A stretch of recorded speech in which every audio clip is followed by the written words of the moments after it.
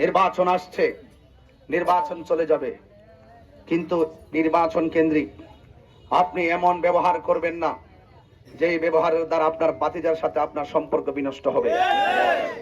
নির্বাচন এসেছে, আপনি এমন আচরণ করবেন না যে আচরণের মাধ্যমে আপনার রক্তের সম্পর্ক ছিন্ন হবে। আপনার এলাকার মানুষকে আপনি হুমকি দিচ্ছেন, আপনার এই হুমকি আপনার আচরণকে আরো সংযত করুন, মিলেমিশে রাজনীতি করুন।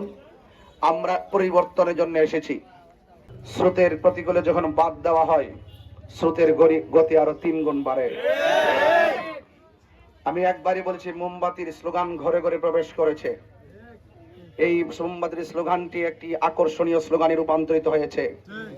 এই মোমবাতির আওয়াজ তখন একটি আকাঙ্ক্ষার জন্ম দিয়েছে। সে আকাঙ্ক্ষার প্রতিফলন না ঘটিয়ে যারা এই আকাঙ্ক্ষাকে বিনষ্ট করবে, অবশ্যই তারা তাদের বিবেকের কাছে অপরাধী বলে সাব্যস্ত হবে। আমি প্রিয় ব্যবসায়ী বন্ধুরা, প্রিয় তেলিয়াপাড়া ব্যবসায়ী বন্ধুরা এবং বাবারা, আপনাদের কাছে আমি জীবনে অনেকবার ওয়াজ মাহফিলে এসেছি। আমি কোনোদিন এত কষ্ট কিন্তু করিনি। আমার জীবনে আমি অত্যন্ত শৌখিনভাবে আপনাদের ভালোবাসা নিয়ে দিনে কিংবা রাতে, সন্ধ্যায় কিংবা গভীর রাতে যখনই মাহফিলে আসি, আপনারা সবাই আমার ওয়াজ শুনেন। রাস্তা দিয়ে গেলে আমাকে ভালো বন্ধু জিজ্ঞেস করেন। আমি আশা করব সেই ভালোবাসাটা অব্যাহত রাখবেন। রাজনীতির সূত্র ধরে যেন আমাদের ভালোবাসার বন্ধন ছিন্ন না হয়। আমি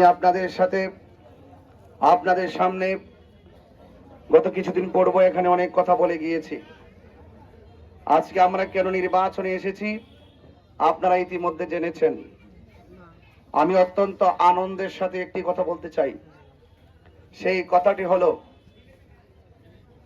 মাত্র 1.5 মাসে যখন আমি নির্বাচনে আত্মপ্রকাশ করি, এই 1.5 মাসের ভিতরেই চুনারগড় মাধবপুরের প্রত্যেকটা রন্ধ্রে রন্ধ্রে, প্রত্যেকটা ঘরে ঘরে মোমবাতির সুর উঠেছে।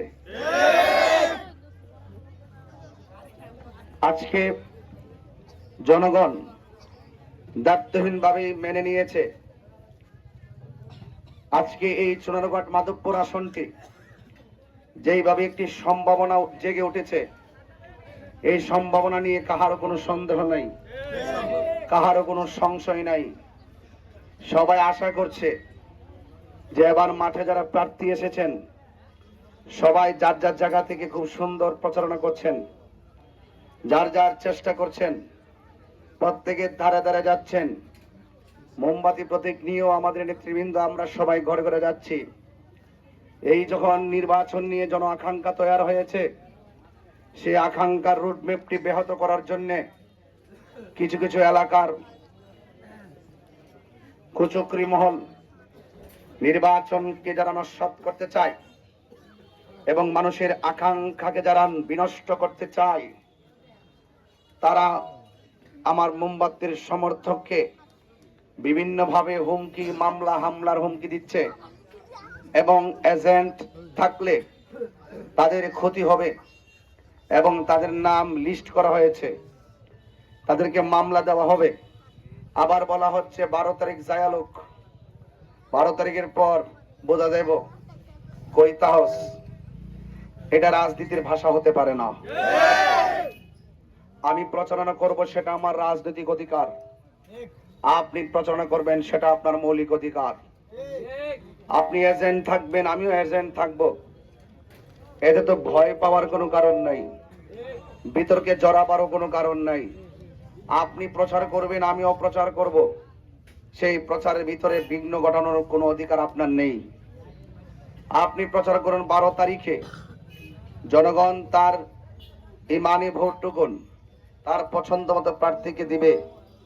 ব্যালটের মাধ্যমে জয় পরাজয় নির্ধারণ হবে। এর আগেই যেভাবে আপনারা ব্যানার ছিঁড়ে ফেলা এবং ফেস্টুন খুলে ফেলা এবং সমর্থনকারীদেরকে ওপেনে আসলে বিভিন্ন হামকি দুমকি দেওয়া, এটা অত্যন্ত দুঃখজনক। এই কথাগুলি এই জন্য বলছি, কারণ আমরা একটি নতুন জনগণের আকাঙ্ক্ষার ভিত্তিতে সুন্দর, সুষ্ঠু, অবাধ, নিরপেক্ষ, সবার অংশগ্রহণমূলক ভাবে একটি নির্বাচন চেয়েছিলাম। সেই আশা রেখে যখন আমরা মোটামুটি একটি ধার প্রান্তে, তখন এই মুহূর্তে আপনাদের কিছু মানুষের কথা, কিছু মানুষের আচরণ জনমনে আতঙ্ক সৃষ্টি করেছে। তবে আমি এতটুকু বলে দিতে চাই, 1 নম্বর, আমরা যখন দেখি কেউ ক্ষমতায় আসে, বিরোধী দলকে তখন আঘাত করে।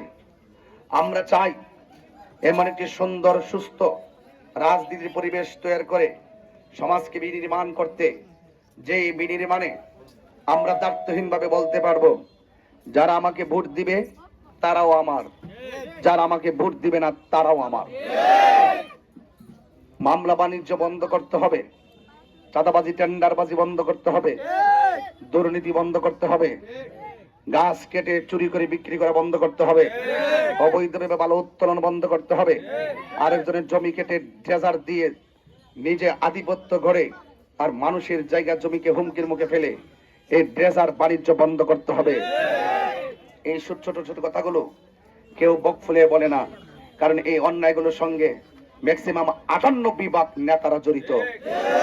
এই জন্য কোনো প্রশাসন থেকে কোনো সমাধান হচ্ছে না। যদি এ নেতা যদি ওই সমস্ত অন্যায়ের সঙ্গে জড়িত হয়ে যায়, তাহলে সমাধান করবেন কাকে দিয়ে?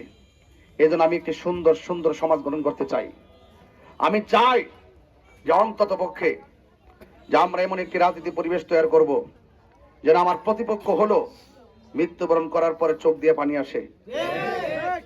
আজকে আমরা রাজনীতি দেখি, প্রতিপক্ষ যখন মারা যায় ইন্না লিল্লাহ বলার পরিবর্তে আলহামদুলিল্লাহ বলা হয়। এটা দুঃখজনক, এটা সুস্থ রাজনীতি হতে পারে না। আজকে দেখুন, এই বর্তমান বাংলাদেশে আমাদের যে জনগণের আকাঙ্ক্ষা, এই আকাঙ্ক্ষা আজকে এমন ভাবে ধাবিত এগিয়ে যাচ্ছে, সে এগিয়ে যাওয়ার ভিতরেও আমরা অনেক অন্ধকার দেখতে পাচ্ছি। এই অন্ধকার দূর করে আলোর দিকে আনাই হলো আমাদের লক্ষ্য উদ্দেশ্য। এই জন্য আমরা কাউকে প্রতিদ্বন্দ্বী কিংবা প্রতিহিংসা করি না, আমরা প্রতিযোগিতা করব।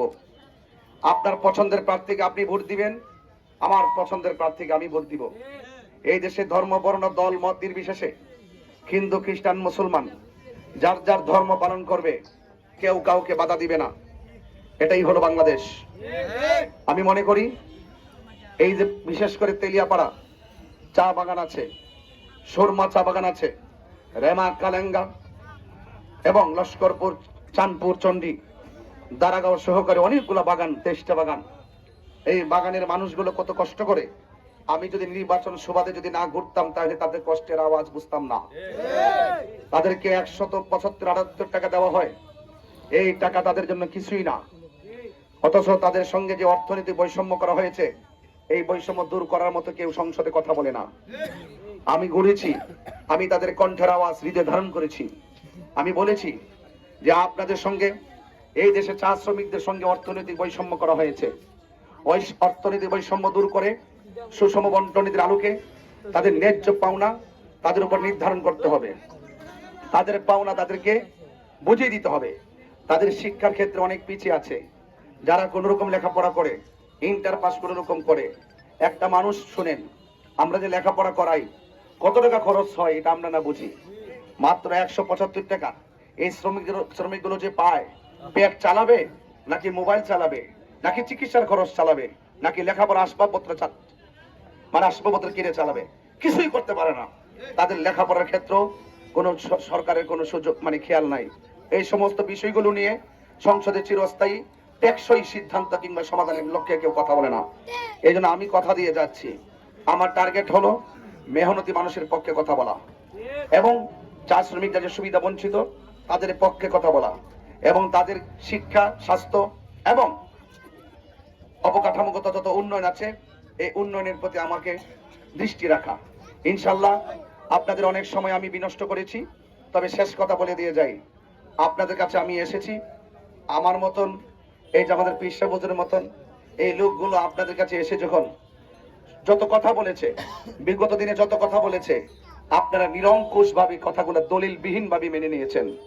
আজকে সেই মানুষগুলো দেশের সার্বভৌমত্ব সুরক্ষায়, দেশের মানুষের অধিকার আদায়ে আহলুস সুন্নাত ওয়াল জামাতের পক্ষ থেকে দেশের শান্তির লক্ষ্যে মোমবাতি মার্কায় ভোট চেয়েছে। আজকে আপনারা যদি পিছিয়ে থাকেন, তাহলে সেটা হবে আপনাদের বিবেকের কাছে।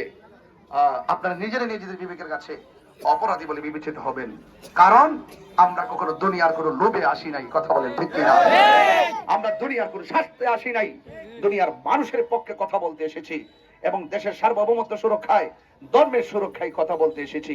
এই জন্য আমাদের এই রাজনৈতিক অবস্থানকে আপনারা নিন্দা করবেন না, সমালোচনা করবেন না, আর আমাদের চলার পথে কেউ বাধা হয়ে দাঁড়াবেন না প্লিজ। আমি যদি আর না শুনি যে শাহজাহানপুর এলাকায় যে এমুক সাহেব বাধা দিছে, এমুক সাহেব বাধা দিছে, পোস্টার লাগাতে দেয় না, এজেন্ট লাগাতে দেয় না, এজেন্ট দিতে দেয় না, এইরকম কোন আলোচনা যেন এই শাহজাহানপুর ইউনিয়নে না হয় আমি অনুরোধ করব। আপনি আপনারটা দেন, আমি আমারটা দেই, মিলেমিশে রাজনীতি করুন।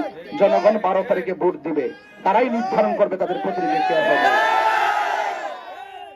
এই জন্য আপনাদেরকে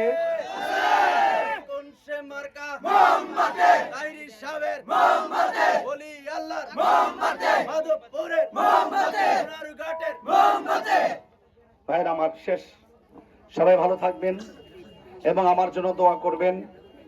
জয় হোক মেহনতি মানুষের, জয় হোক চা শ্রমিকদের, জয় হোক মোমবাতি প্রতীকের। আসসালামু আলাইকুম ওয়া রাহমাতুল্লাহি ওয়া বারাকাতুহু।